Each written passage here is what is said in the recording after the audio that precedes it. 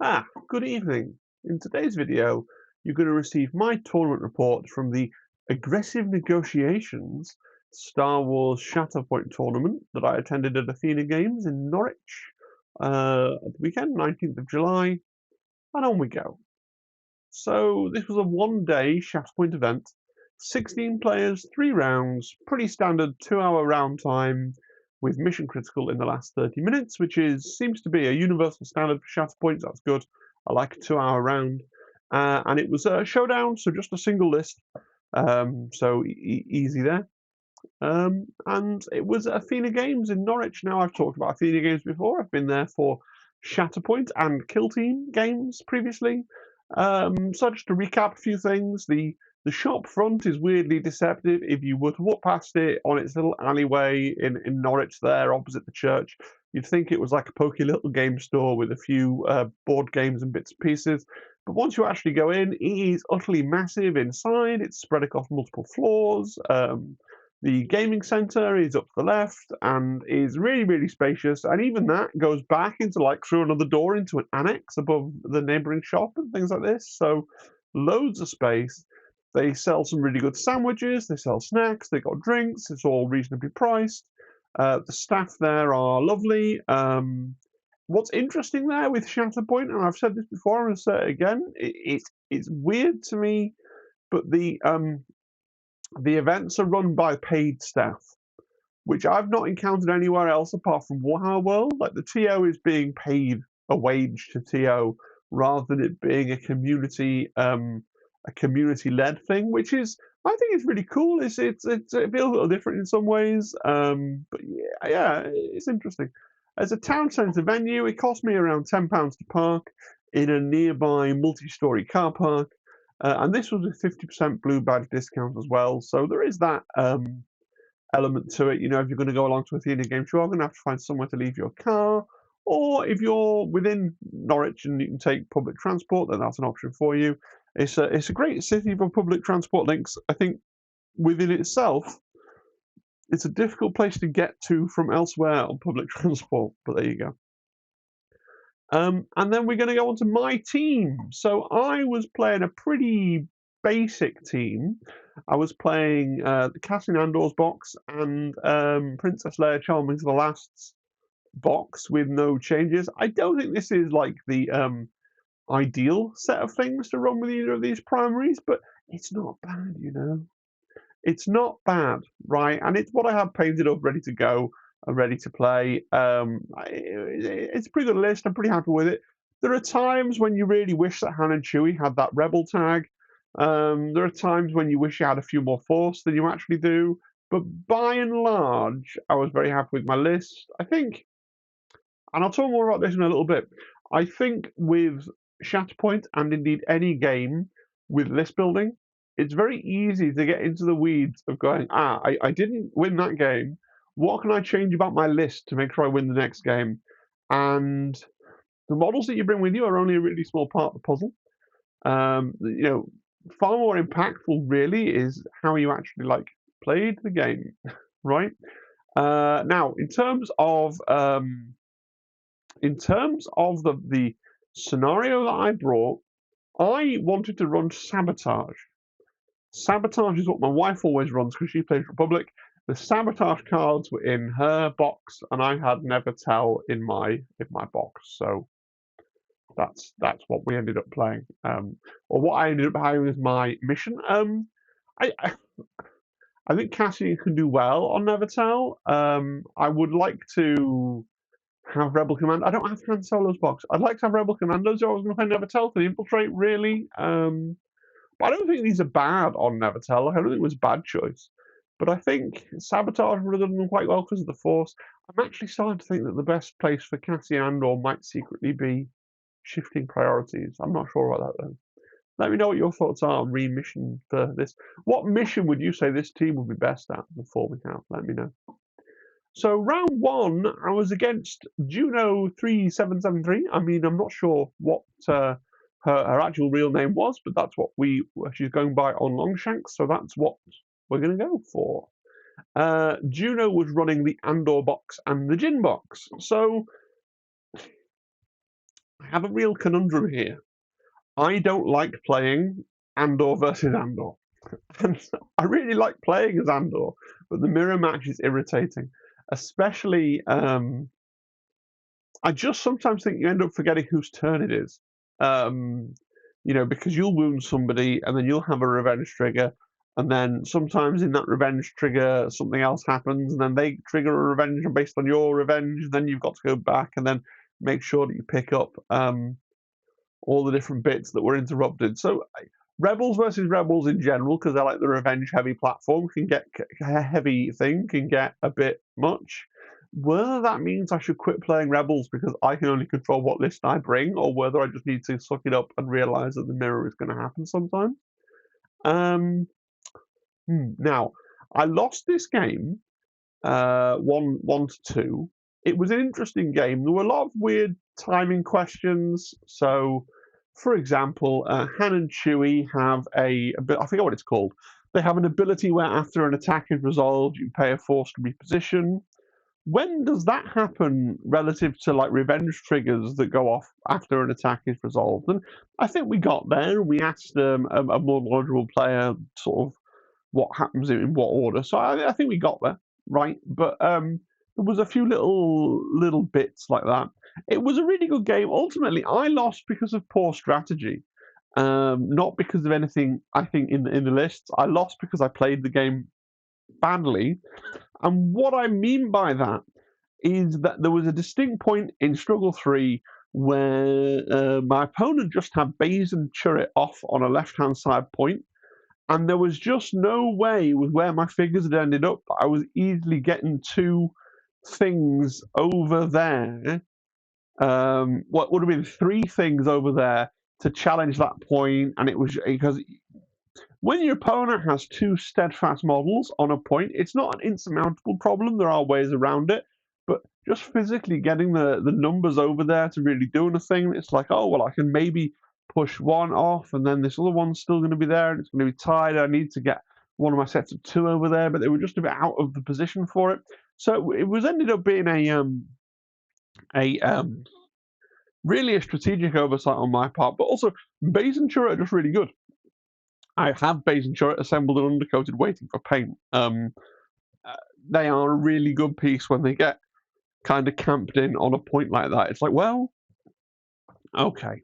And I think part of why I played badly was I need to get better at revising the missions more. It's the kind of book learning that I don't like to do for what should be a leisure activity. But because some people like I play against Zimbad a lot, and he can just glance at things, and he then knows in his mind pretty photographically like which points have a good chance of livening up after which flip. I often find myself blindsided by it, and this was taking the mission that notionally I was taking. Although in fairness, I wanted to bring my other mission, but so I just often end up blindsiding when a point goes live. It's like, oh, it's all the way over there. Now it's very mobile. This shouldn't have been a problem, but just somehow in the game as played, it just felt like a problem. Hard to explain. I also noticed, and this is a trend going through all the games that I've played, I didn't do very many wounds. So in this one, I did 4 wounds. My opponent did 6. And you'll see that in all 3 games, my opponent outwounded me, even in the game that I won. And it's not a problem in terms of winning games of Shatterpoint. You absolutely can win without being really aggressive. But because wounds is like the first tiebreaker for how you place, part of me feels like I should be a bit more. Maybe craft lists that have a bit more in them that wants to kill stuff, right? The thing with this list is the only things in here that really want to kill, right, are Han and Chewie. Pathfinders are really cool. They're really mobile. I really like them. They're not really big killers. Andor, certainly, if the stars line up for Andor and he has somebody in there in combat for him to shoot and get the extra dice and stuff like that, he can kill, right? K2SO, again, he's not massively a killer, actually. He's really just someone that wants to bully people on objectives. Leia, She has her moments, but again, as far as a primary goes, she's not superbly killy. So maybe I need to craft a list or just prioritize more in my turns, like doing wounds. But it was. I tell you what, it was a really good. It was a really close game. I was really impressed with Baze and Churret, which I expected to be. Like, I think anybody who's glanced at the cards for Ginetto's box has gone, oh yeah, Baze and Churret, they are possibly the best support in the game.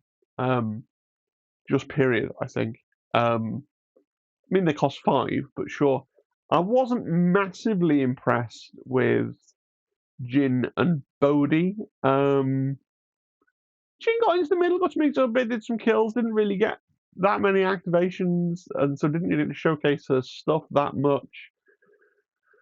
Bodhi did his I just need an open line once, and I let my opponent do it, and then she got 1 momentum, and it was like, well, I think I made the right choice. I think with Bodhi, unless your opponent is 1, 2, or possibly even like if they're 3 momentum off winning the game, right, and you've got loads of momentum, then I'd spend 1.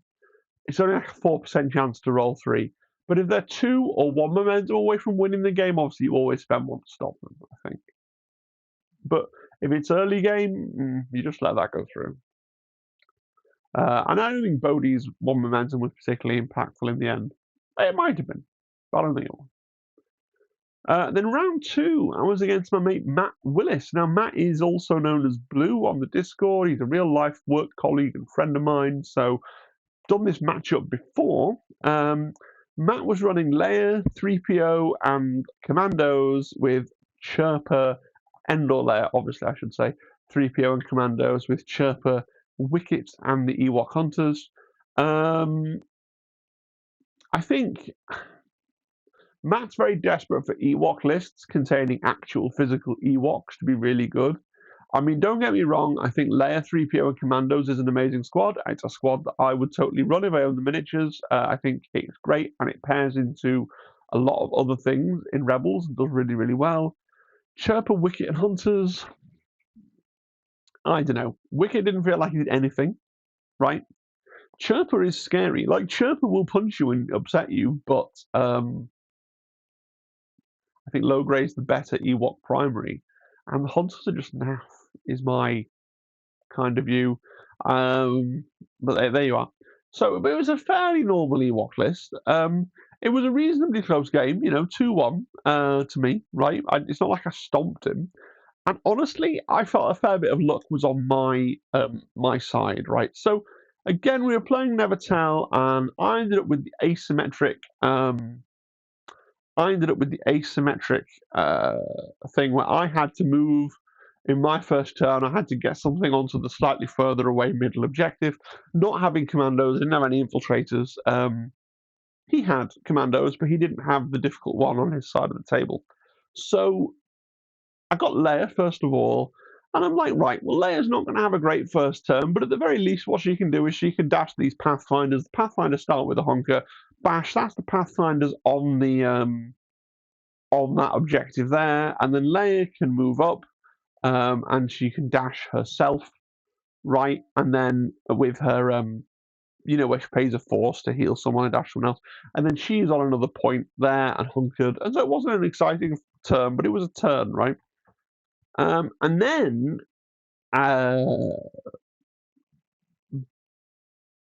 Blue did something, had like a positioning turn with someone, didn't really shoot me, and then just by the look of the draw, I then immediately went into Shatterpoint, and I'm like, oh, I've moved PLC up into the midboard. If you Shatterpoint PLC with Andor in the list, she already has this thing where she can focus and get a dash, right? And then she has Sharpshooter 2. Andor gives her Sharpshooter 2. So that's Sharpshooter 4 plus the 1 from focus. Like, you're very quickly rolling like 11 dice. So had a big PLC Shatterpoint turn where she just kind of went super and one-tapped the commandos that were holding down all kinds of objectives and doing all kinds of stuff. And then she was also in the middle of the board stealing one of his objectives. And it was just a really good turn, and I really stole the momentum in that first turning point. And honestly, it felt like Matt never really recovered the momentum from that, what was really fundamentally lucky deck order, right? Because then his commandos, they couldn't seem to get the card for the commandos to wake them up for ages. So he had these 2 dead pieces there. I'm playing against this list, like 3PO does stuff, but he doesn't really do stuff on his turn, right? And Wicket, I'm not really sure what the point of Wicket is. Wicket didn't, he just sort of yub-nubbed around pointlessly. And so it felt like Matt had these 2 kind of pretty ignorable activations, so I felt quite happy to play really aggressively and push up and be places and leave things open, but without really worrying about stuff. But notice, right, in the final analysis, Matt did far more wounds to me than I did to him. It was 3 wounds to 5 in his favour. So once again, I'm not really prioritising wounding things. Right now, him wounding me that much, I was getting lots of revenge triggers off and doing loads of stuff, and maybe he should have wounded me less, right? Maybe he could have won the game if he did less wounds. That's quite possible. But yeah, I have to really sit with that and think, what element is it in my own play that means that I just don't seem to wound very much? There we go. And then the final game was against Gary Brown. Now, I've not really mentioned the terrain because on the first 2 tables, the terrain was pretty bog standard stuff, bits and pieces from the core set. And this, the game against Blue, actually, we had the parking thing, the garage. I want to buy one of these garages. Maybe I'll get it for a birthday or Christmas present because it's very expensive for what it is, but it is cool, right? But then the third game was on this MDF stuff that I feel like was designed for Legion. So what we did was we said that the big square landing pad things were just nothing. Obviously, they had the terrain on them, the little 3-dimensional tiny container wall things, so they were a thing. In terms of the buildings with stairs, we sort of said that they were ingress points, but there was like 2 separate levels. So there was the kind of landing there, and then on a next level up, there was the actual building itself. But then we said that the top of the building should probably count as all one level, so you could overhang the little step here, right? If you wanted to, so that would count as all one level. We decided to ignore this hatchway thing here, and then when it came to this, we just decided that this was a level upwards with no ingress at all, ignoring this ramp because there's no ramp on this side, so we'll totally ignore that ramp. Now, Gary was running an interesting list. So Gary was running Andor, so out of 3 games, 2 of them were Andor mirrors, which is exciting. Andor, Ezra, Baze Chirrut, and then his other team was Kanan, Lobot, and Bartu. Now, this game was very, very, very close and very, very, very tough, and literally struggle 3 came down to, like, him being able to wound something, and if he hadn't managed to get that 1 momentum, I would have won in my next turn. I lost this game for myself in a couple of ways. About halfway through the game, Gary explained to me that I was making a mistake, right? Because I spent the first sort of struggle and half of struggle 2 being really reluctant to wound things because Kanan is there. Because I basically forgot how Kanan's revenge trigger works. Kanan only gets to make an attack, and I know this academically, right? Kanan only gets to make an attack if you kill a Spectre.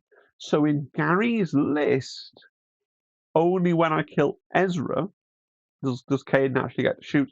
And Kanan only gets to move when you kill a Rebel. And there was a turn when I could have killed Lobot, and I decided not to because I didn't want to give him the revenge trigger. And obviously, he would have got Andor's revenge trigger, but it was really Kanan I was worried about. And yeah, that's on me though. Not really like knowing, but not knowing what my opponent's having an idea in my head. Obviously, if I'd known nothing, I would have just gone in all guns blazing and killed stuff, and then been like, "Oh, I'm doing revenge." Like, oh, okay, because I thought I knew what was happening. I knew enough to mess myself up, basically. My hero Luke did work in this game. He's a very mobile piece, and he went up the board and there was one objective that ended up on this little landing thing where if you had someone up there, it was just like, oh, I'm the only person on the right level for this. It's my objective. Now, really sadly, this game had a couple of elements of misplay. Um, the reason I feel good about talking about it is because I did something wrong, and Gary also did something wrong. So Gary told me that you could miss out steps in your attack tree. So if you're following along the attack tree, he basically told me that you can miss out an entire box and then go on to the next box. So there was a couple of occasions when he was like cherry picking down his thing, looking for shoves, missing out entire boxes, so as to not wound me and trigger Leia and Cassian's revenge. Right? You can't do that. And at the time, I was like, "Oh, is that the rule?" I didn't know. To be very clear, you can stop short. So if you have 4 successes through, you can choose to only go down 3 or go down 2 or even go down 1. That's fine. But what you can't do with 4 successes is activate the first thing and then go through like the second thing without activating it, then activate the third thing. Gary told me that you could, and I didn't. Round 3, and I I'm a very passive person. So if somebody says it's this, I'm just gonna be like, oh, cool, I didn't know that, because he seemed very sure. Now, what I think has happened is that because he was also playing a revenge list, right? I feel like someone has told him that this is how it works, so that they could avoid triggering Kanan and Cassian's revenge. Well, I'm not saying he was like, it's not me accusing him of cheating, because ultimately he was also playing a revenge list. So that's the way we played the game, and I had the same benefit from the same misunderstanding of the rule, right? So I'm not in any way alleging foul play. It's not. And I was like, oh, that's the rule. And I was saying to Zimbad in the car, like, oh, I've learned a new rule. You can do this. And Zimbad's like, one moment, please, and whips out his phone, and he's like, no, that's not a rule. I'm like, what do you mean? He like reads me the thing while I'm driving the car, and I'm like, oh, okay, that's not a rule. Cheers. Well, so it's not a rule. I hope Gary watches this and learns that that's not. I have a feeling someone told you that because they didn't want to be Canaan, and they have sent you in the wrong direction. And then at one point, and this could have really changed the game, is Han and Chewie recovered from being wounded. And for whatever reason, I just picked up the wound markers off Cassian instead of picking them off Han and Chewie and put them back in my box. And then it was actually him being able to wound Cassian that won him the game, because he basically said, oh, why are there no wounds on Cassian? I looked at it and went, oh. And he's like, I can't remember how many are there. And I'm like, all right, let's call it 5, right? And then that was enough for him to wound Cassian. Now, I would have felt awful if, because I picked up the wrong tokens, he then didn't wound Cassian and then I won the game, right? So I'm glad the way it shook out was that I lost, because, to be clear, I picked up the wrong handful of markers and put them in the box, and therefore I should have been disadvantaged, right? So it's slightly irritating because the game was, until that point, the game was really, really, really close. So there was a couple of elements of misplay. Even though he beat me, though, like, I think Gary's a great player. I don't really rate his list, especially now with my understanding of how Kanan actually works. I think Kanan is too watered down in this list. This is just my perception. Kanan is too watered down in this list to actually perform, right? I mean, and Lobot didn't really do anything. Well, no, Lobot did loads insofar as being a body on a point with secure, right? But Lobot didn't do anything that could have been better accomplished with K2SO. Nobody ever actually, that I recall in the whole game, nobody got a bonus force for starting next to Lobot, right? Andor did Andor things. Ezra Baze is a great squad. Lobot and Bartu didn't really do anything. Kanan did loads of work, but it wasn't his revenge trigger. It was just that he's also actually really good at punching things. But I think there's better versions of this list. I would say if you want to play this list, you run instead of Lobot and Bartu, you run like, I mean, I would probably go Andor, Callus, Baze and Turrets, Kanan, Ezra, and Chopper, right? Because then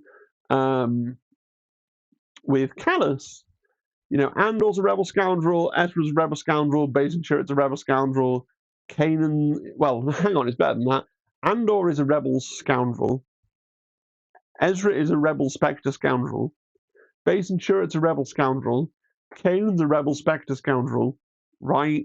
And then I guess you take Sabine, who's just a rebel spectre, and Chopper, who's a rebel spectre. Is Chopper a scoundrel? He should be. War criminal, but I think he's just a rebel spectre. But then I think you get really good mileage out of Callus in that list. So that's what I would do. No, sorry, not Sabine. Callus and Ezra, your secondaries. Yeah, Andor, Baze, Kanan, and then Chopper. And then you'd honestly have the massive revenge threat all the time because you'd have so many spectres. I don't think like Lobot and Bartu did much work for him there, but he did win. So I don't know why I'm giving him advice, right? That's the height of hubris, really. And again, the thing I'm noticing where I only did 3 wounds and he did 6, right? I just need to maybe prioritize wounding a little bit more for sure. So where did I come in the end? I came in 11th place. Worse than I would have liked, but like there was very little in it, right? If I had won, if that last turn had gone just a little bit better, I would have been up there in the top half of the table, right? The games that I lost, I know I always say this, the games that I lost very closely, and so it could easily have all turned. Bit of drama, right? Bit of a. We look at 4th place. Zimbad, Paul Allen, came 4th, and we call him Mirror Universe Paul. Paul Sutton, who I don't know, also came 4th, and Paul Sutton received there were 4 holographic four holographic bosses for top 4, and they gave the 4th place one to Paul Sutton, and we can't work out why, because Paul and Paul are identical on all of the tiebreaker scores, right? If you look at the screenshot, they're totally identical. So, and I know that Paul Sutton, his name appears above Paul Allen's in the list. I'm not sure if that's what they went off, basically. I'm not even sure why, because it's not alphabetical order. Yeah, a weird one. So Paul's a bit upset. Zim is a bit upset about that because he lost out on he got a foil boss, to be fair, but he didn't get one with the top 4 finisher in. And arguably, I don't know what you do, because they can't make an extra one. They have a kit from AMG with 4 cards in. But I guess they could have acknowledged it. Oh, you guys were joint 4th. We only have 1 card. Do you want to roll off 5 attack dice? But instead it was just called out, oh yeah, Paul Allen, 5th place, here you go, well done. And it wasn't until we got in the car later and started looking through that we discovered he was actually joint 4th place. So slightly annoying, that one, but I'm sure they just gave it to Paul Sutton because he is above Paul Allen on the list, and that's what they decided to go with, which is fair enough. In terms of other things, the winner, Mark Nuttall, there, Grand Admiral Thrawn and the Inquisitors. And that is an up-and-coming list that I'm hearing a lot about, right? That is one to watch, I think, right? What else do I think is interesting? 2nd place, Obi Mace, yeah, something you expect to see. 3rd place, Mother Talzin and Asajj Ventress. That's really cool. That's really cool. I think that was Mother Talzin's box with Asajj Ventress, and it's the list with Asajj, and then what's her name? Aura Singh, right, with the Dathomirian tag, and then I think there was some battle droids in there. I think B1s maybe. So that's a cool list. I think that list probably plays better with Darth Maul, but you know he's come 3rd with it with Asajj, so very good for him. Then we got Paul Sutton running Leia, Mando, basically a bounty hunter list, but with Princess Leia instead of like Cad or anybody. And then Paul Allen, who's running Mando, Ahsoka, because Zimbad has this thing where, and I don't think he's totally wrong. He's basically on this thing where everybody has underestimating Ahsoka Jedi no more because she's really good and she fits in anywhere. And it's weird to me that he's playing Mando Ahsoka and not Armor Ahsoka, but hey, he came joint fourth with it, so why not? Gary Brown's list I already talked about. Juno's list I talked about. Interesting that they don't have a proper icon for Jyn Erso in Longshanks yet. Dan Campbell, Armor and Maul. I feel like I know what that list is, yeah. Jordan Marsh is another Ewok player running Leia Lawgrey. I think Jordan and Matt had a really big conflab on how to play Ewoks, and Matt got some hot tips and some hot lists. So that's pretty cool. And then we got Chris there, classic Mando list, and then there's me. We know what I was playing. Ben again playing. It wasn't identical to Paul's list, but it's a pretty similar thing. Bounty Hunters, but with PLC. And then we got Kieran. We got another Mando Maul list. That makes sense. Chris with another Obi Mace list. My friend Matt, we've talked about his list, and then at the bottom, Vicky with Kiadi Mundi and Padme. It's funny because Vicky, last time I was at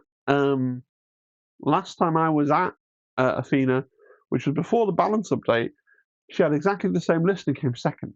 So, like, yeah, it's just the luck of the draw a lot of these times. What I found really interesting about the spread, though, is there's a lot less Republic than I would have thought, and 0 Anakins. Right? I was expecting a lot of Republic and wanted to fight a lot of other Rebellion, right?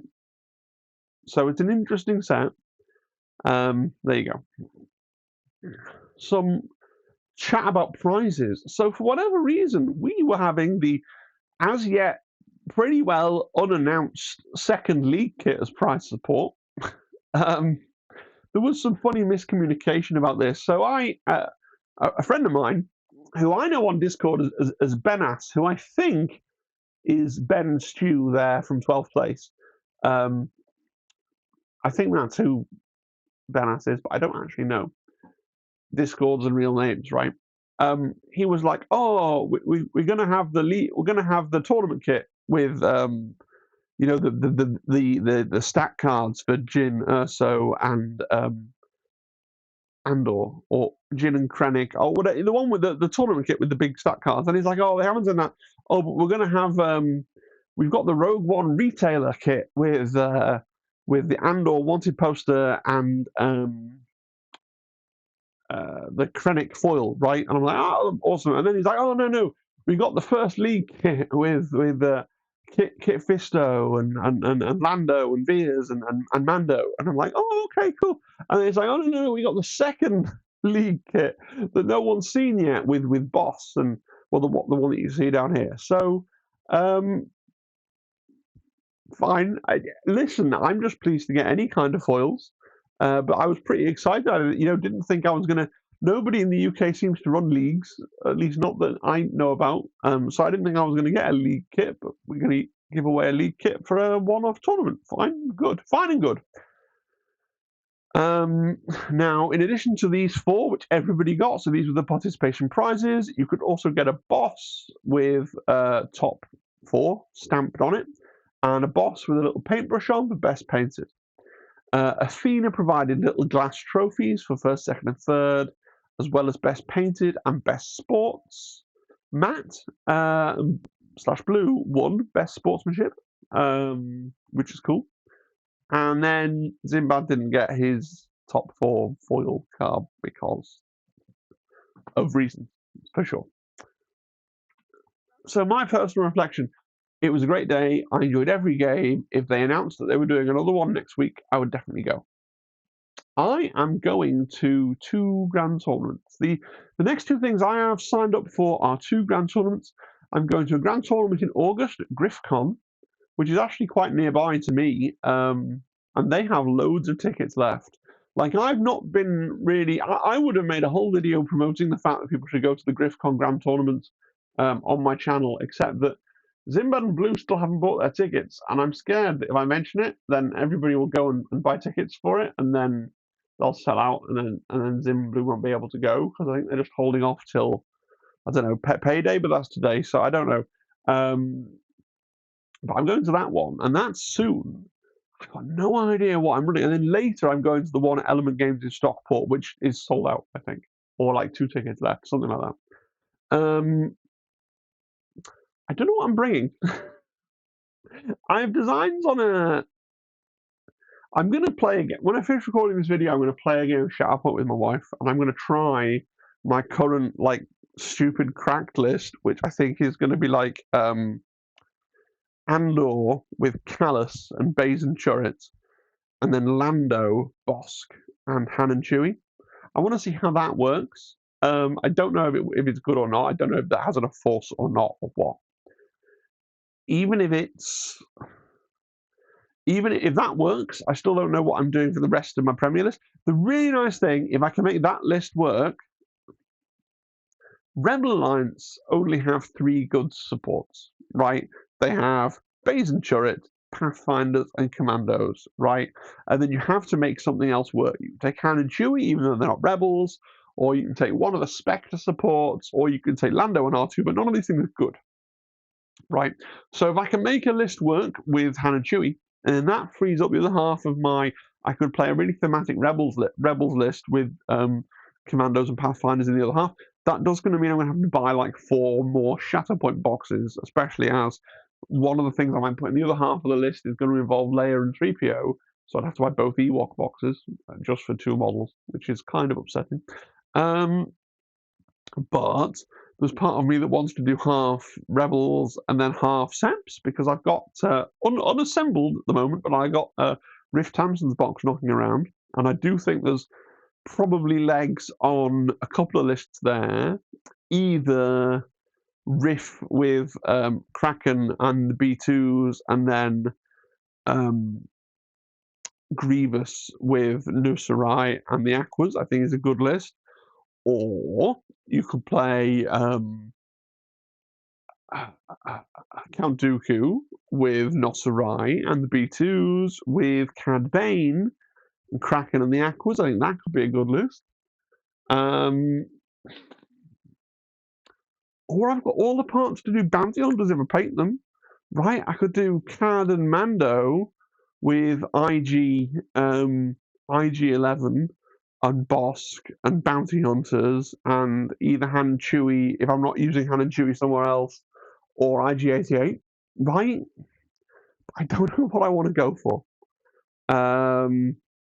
Need to play more games and do more hobby. That's my mission. It's kind of interesting to me that I was expecting to play into a lot of Republic, and every game I played into with other Rebels, I actually don't really like playing Andor into other Andor. Which, given that people seem to like Andor, maybe I want to move on to something else. Part of me wants to take all Separatists just to be a hipster, but then I'd lose because Seps aren't very good. But they're better now with the Rift box, for sure. And I think we need to think about wounds, because wounds are a tiebreaker, and that's important. Were you at the event, first of all? If so, share your thoughts, especially if I've annoyed you. Really important to know. Like I said, my next event is the GT at Griffcon in August, weirdly unattended at the moment. I'll put a link in the description if you want to check that out and perhaps try that one. It's 2 days as well, which is pretty cool. Do subscribe, comment, like, etc. Consider joining the Discord, and a big thank you to all my channel members, specifically as well, particularly I should say, Alex. Thanks, Alex, because I know you don't even like Shatterpoint. I really appreciate it. All right, guys, have a good one. I'll see you again next time. Bye-bye, bye-bye, bye-bye, cheery, bye, bye, bye.